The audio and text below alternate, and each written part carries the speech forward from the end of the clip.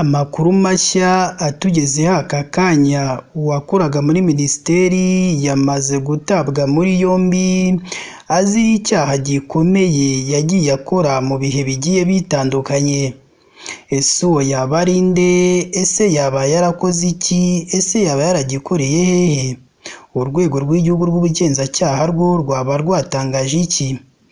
Ibyo rero byose nibyo bikubiye mu makuru yacu y'uyu munsi tugiye kubagezaho, ari nako duha ikaze umuntu wese ugeze hano ari ubwa mbere ko agomba kujya munsi y'iyi nkuru arabona ijambo subscribe cyangwa se abone, ahita akandaho n'akazogera kaza nako agakandeho.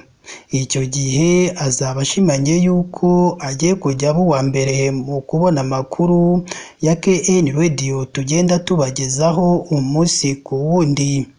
Reka twitse gato turaza tubabwira byinshi kuri iyi nkuru ikomeje gutera abantu bose ikikango, bitewe n'uko uyu wahoze akora muri Minisiteri yamaze gutabwa muri yombi azira ibyaha agiye akora mu bihe bigiye bitandukanye. Tubibutse ko iyi ari KN Radio.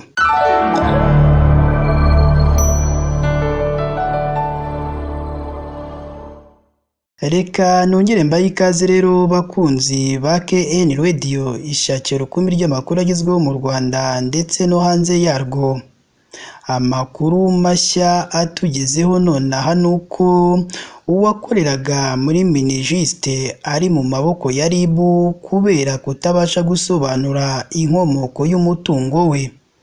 Ibi rero byatangajwe n'urwego rw'igihugu rw'ubugenzacyaha RIB, aho rwatangaje ko Rurangaja w'imyaka 53 y'amavuko wahoze ari umunyamategeko wa Minisiteri y'Ubutabera wari ushinzwe kuburanira leta imanza yarezwemo yamaze gutabwa muri yombi, akaba afungiye kuri sitasiyo ya RIB ya Kicukiro mu mujyi wa Kigali.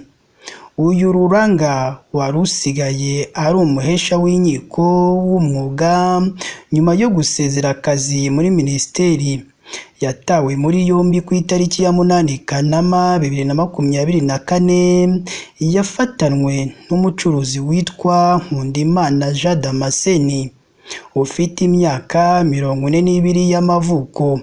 Aba bombi bakurikiranweho gufatanya gukora ibyaha by'iyezandonke ndetse no kutabasha gusobanura inkomoko y'umutungo wabo. Ibi byaha aba bombi bakurikiranweho byakozwe mu bihe bitandukanye.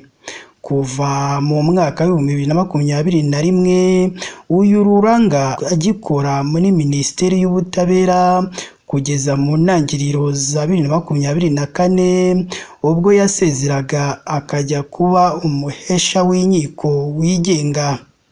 Ruranga akurikiranweho kuba yarakoresheje umwanya yarimo muri iyo Minisiteri akajya agura imitungo bimworoheye agahendesha ba nyirayo, nyuma afatanyije n'uyu Nkundimana Jean Damascene bakayigurisha bagakuramo inyungu z'umurengera.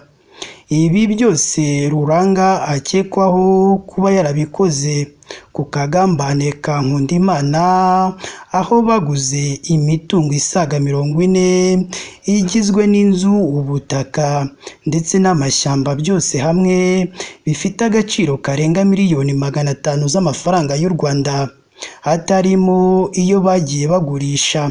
Iyi mitungo bagiye bayigura ahantu hatandukanye mu gihugu hose. Aba bombi bamaze gukorerwa dosiye yabo yoherezwa ubushinjacyaha ku itariki ya 13 Kanama 2024, bakaba bategerejwe gushyikirizwa ubutabera. Umuvugizi wa RIB Dr Murangira Bitsiyeri abajijwe uburyo uyu Ruranga John yamenyekanye yagize ati: "Ibi byaha kimwe n'ibindi byamenyekanye bishingiye mu kazi kacu ka buri munsi ko tutahura ibyaha. Abakora ibyaha mbere yo gukora icyaha cyane cyane nk'ibi byaha biganisha ku mitungo, babanza kureba uko bazasibanganya ibimenyetso. Akazi k'ubugenzacyaha ni ugutahura ibyo byaha biba byakozwe, hanyuma uwabikoze akagerageza kubisibanganya. Umuvugizi wa RIB yakomeje asobanura ibijyanye n'iki cyaha cyo kutabasha gusobanura inkomoko y'umutungo n'icyaha cy'iyezandonke, aho yagize ati icyaha cy'iyezandonke gikorwa n'umuntu wabonye umutungo mu buryo butemewe n'amategeko, akagerageza kuwushora mu bikorwa byemewe n'amategeko kugira ngo ayobye uburari. Igihe ubugenzacyaha buzamufata azagaragaze ko umutungo afite yawukuye mu bikorwa bizwi kandi byemewe n'amategeko. Hari n'abiyemeza kujya gufata inguzanyo kugira ngo bizagaragare ko ayo mafaranga yavuyemo izo nzu cyangwa yaguzemo ayo mashyamba n'ibyo bibanza afite aho yabikuye muri iyo nguzanyo. Muri make ni ukoza umutungo wabonetse mu manyanga ukawukesha, ugaragaza ko wabonetse mu buryo bwiza.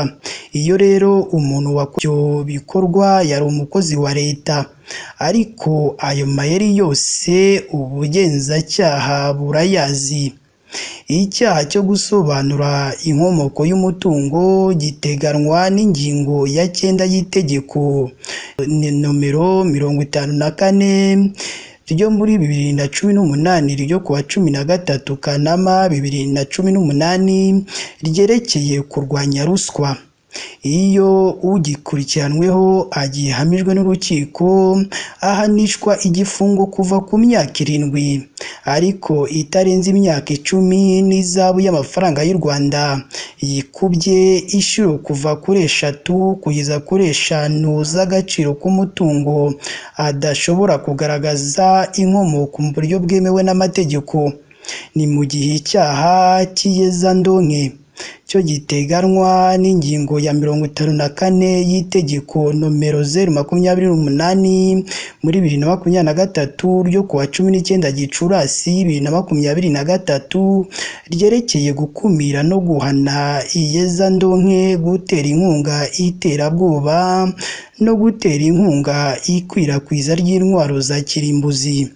Igihanishwa igifungo kuva ku myaka 10 ariko kitarenze imyaka 15 n'ihazabu y'amafaranga yikubye inshuro kuva kuri 3 kugeza kuri 5 z'agaciro k'indonke yejejwe.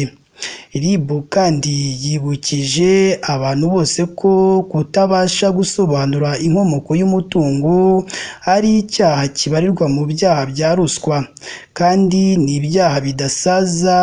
Icyo bivuze nuko igihe cyose byazatahurirwa nta cyatuma uwo ari we wese adakurikiranwa. RIB kandi ikaba igira inama abantu bose kwirinda ibikorwa byose biganisha kuri ruswa kuko bigira ingaruka zikomeye haba ku wakoze icyaha cyangwa se n'iterambere ry'igihugu muri rusange.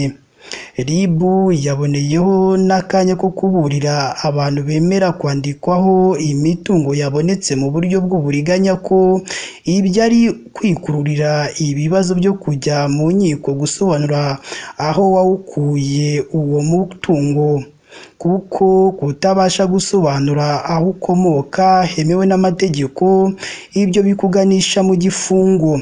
Abantu rero nimukanguke mwirinde ibintu byose byabakururira ingorane.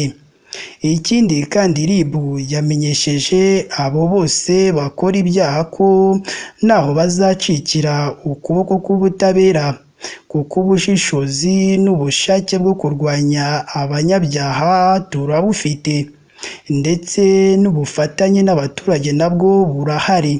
Inama twajya ni ukuzibukira kuko byanze bikunze abo bishora mu byaha ukuboko k'ubutabera kuzabageraho bagezwe mu nkiko. Ni n'aha natwe dusoreje amakuru yacu y'uyu munsi, tugushimira wowe wakoze subscribe cyangwa sabone. Mu gihe nawe ari ubwa mbere udusuye, jya munsi y'iyi nkuru urabona ijambo subscribe cyangwa sabone, utukandaho n'akazogera kaza nako ugakandeho. Icyo gihe uzaba ushimangiye yuko ugiye kujya uba uwa mbere mu kubona amakuru meza ya KN Radio tugenda tubagezaho umunsi ku wundi. Mugire ibihe byiza kandi Imana yo mu ijuru ijye ikomeza ibane namwe.